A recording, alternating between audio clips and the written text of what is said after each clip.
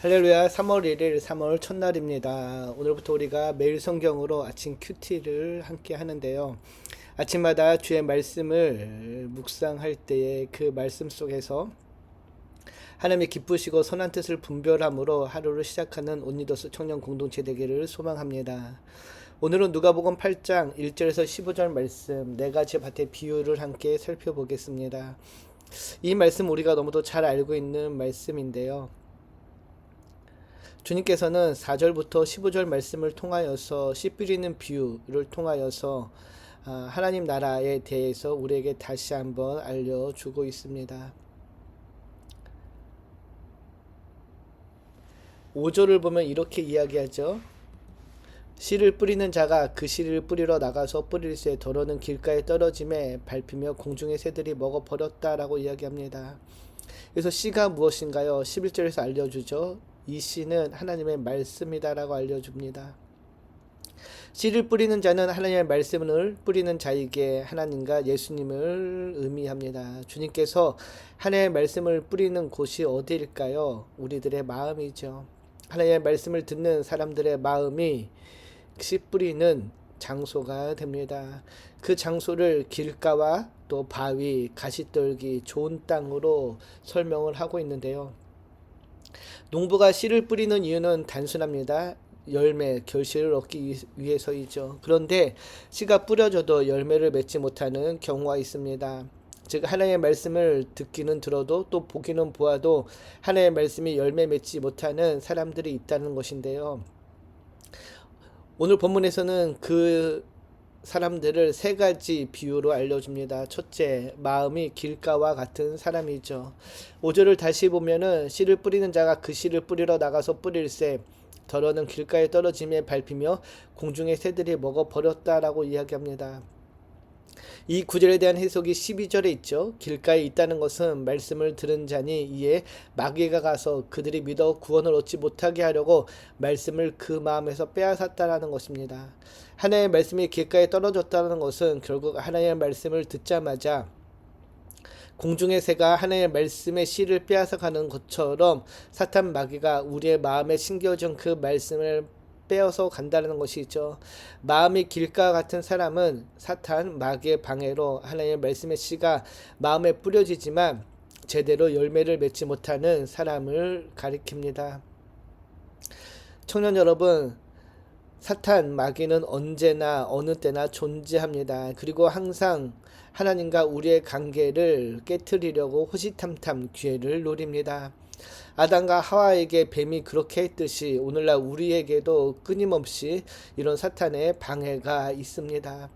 하나님의 사랑과 구원의 손길이 사람들에게 닿지 않도록 방해를 하는 것이죠. 이러한 사탄 마귀의 목적이 달성되지 않도록 우리는 우리의 마음이 길가와 같은 사람이 되지 않도록 해야 될 것입니다. 하나님의 말씀의 씨를 공중의 새인 마귀에게 빼앗기지 않도록 내 마음에 우리의 마음에 울타리를 쳐서 하나님의 말씀을 잘 지켜야 한다는 것이죠. 둘째는 마음이 바위와 같은 사람입니다. 6절을 보면 이렇게 이야기죠. 더러는 바위 위에 떨어짐에 싹이 났다가 습기가 없으므로 말랐고 6절을 보면은 더러는 바위 위에 떨어짐에 싹이 났다가 습기가 없으므로 말랐다라고 이야기합니다. 바위 위에 씨가 떨어져서 생명을 유지할 수 없다라는 것이죠.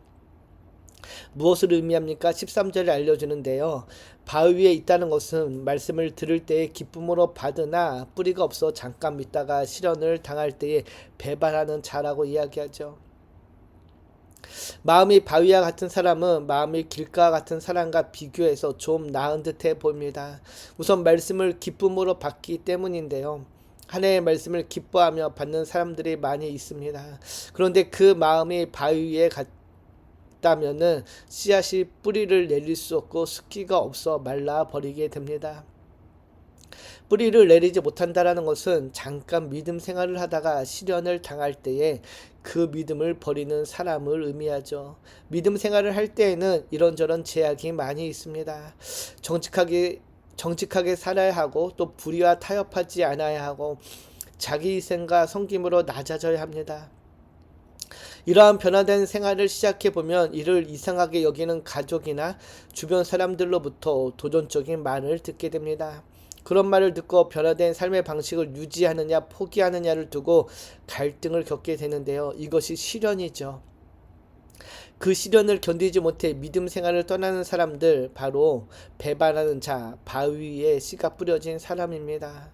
누구를 배반하는 자이겠습니까? 우리의 믿음을 선물로 주신 분을 배반하는 자이죠.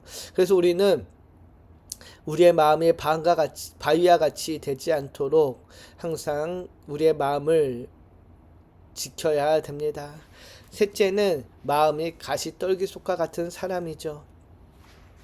7절을 보면은 더러는 가시떨기 속에 떨어짐에 가시가 함께 자라서 기운을 막았다라고 이야기합니다. 씨가 가시떨기 속에 떨어지면은 씨가 싹이 나더라도 가시떨기가 씨의 기운을 막기에 성장할 수 없습니다. 무엇을 의미하냐요? 14절에 이렇게 이야기하죠. 가시떨기에 떨어졌다는 것은 말씀을 들은 자이나 지내는 중 이생의 염려와 재물과 향락의 기운이 막혀 온전히 결실하지 못하는 자라고 이야기합니다. 이런 유형의 사람들은 하나님의 말씀을 듣지만 세상의 염려와 재물과 향락이 가시떨기가 되어 믿음이 성장하지 못합니다. 사랑하는 청년 여러분, 어제 하루 동안 무엇을 염려하며 걱정하셨습니까? 오늘 하루 해야 할 일을 얼마나 염려하십니까? 염려를 잘하는 사람이라면 가시떨기를 빨리 제거해야 됩니다. 재물도 마찬가지죠. 돈과 재물에 대한 걱정과 근심이 우리가 하나님의 말씀을 받고 그 말씀대로 살아가지 못하게 합니다. 이 세상의 향락도 마찬가지죠. 육체를 위해 무엇을 먹고 마시고 입어야 하는지에 대한 걱정과 근심이 우리로 하여금 하나님과의 관계를 소홀하게 한다는 것입니다. 즉 가시떨기는 우리가 이 세상을 살아가면서 받게 되는 수많은 유혹을 이야기하죠. 그런 유혹이 우리를 하나님으로부터 또 하나님의 말씀으로부터 멀어지게 한다는 것입니다. 이런 세 가지 유형과 반대로 하나님의 말씀이 잘 뿌리내리고 성장하여 결실을 맺는 사람들이 있는데요. 바로 마음이 좋은 땅과 같은 사람입니다. 8절을 보면 이렇게 이야기하죠. 더러는 좋은 땅에 떨어짐에 나서 100배의 결실을 하였다라고 이야기합니다. 좋은 땅은 씨가 뿌리를 잘 내리고 공중의 새로부터 빼앗기지 않고 습기도 충분하고 씨가 발아하여 성장하는 데 균을 막는 것이 없는 땅입니다. 이런 좋은 땅은 15절에 이렇게 이야기하죠. 좋은 땅에 있다는 것은 착하고 좋은 마음으로 말씀을 듣고 지켜 인내로 결실하는 자다라고 이야기합니다. 마음이 좋은 땅과 같은 사람은 마음이 착하고 좋은 사람입니다. 마음이 좋은 땅과 같은 사람은 예수 그리스도 안에서 거듭난 사람으로서 구원의 감격으로 살아가는 사람이죠. 구원의 감격과 기쁨으로 살아가는 사람입니다. 그런데 우리가 15절 말씀을 좀 주의 깊게 볼 것이 말씀을 듣고 지켜 인내로 결실했다라는 것입니다. 땅이 좋다고 좋은 열매를 풍성히 맺는 것만은 아니라는 것이죠.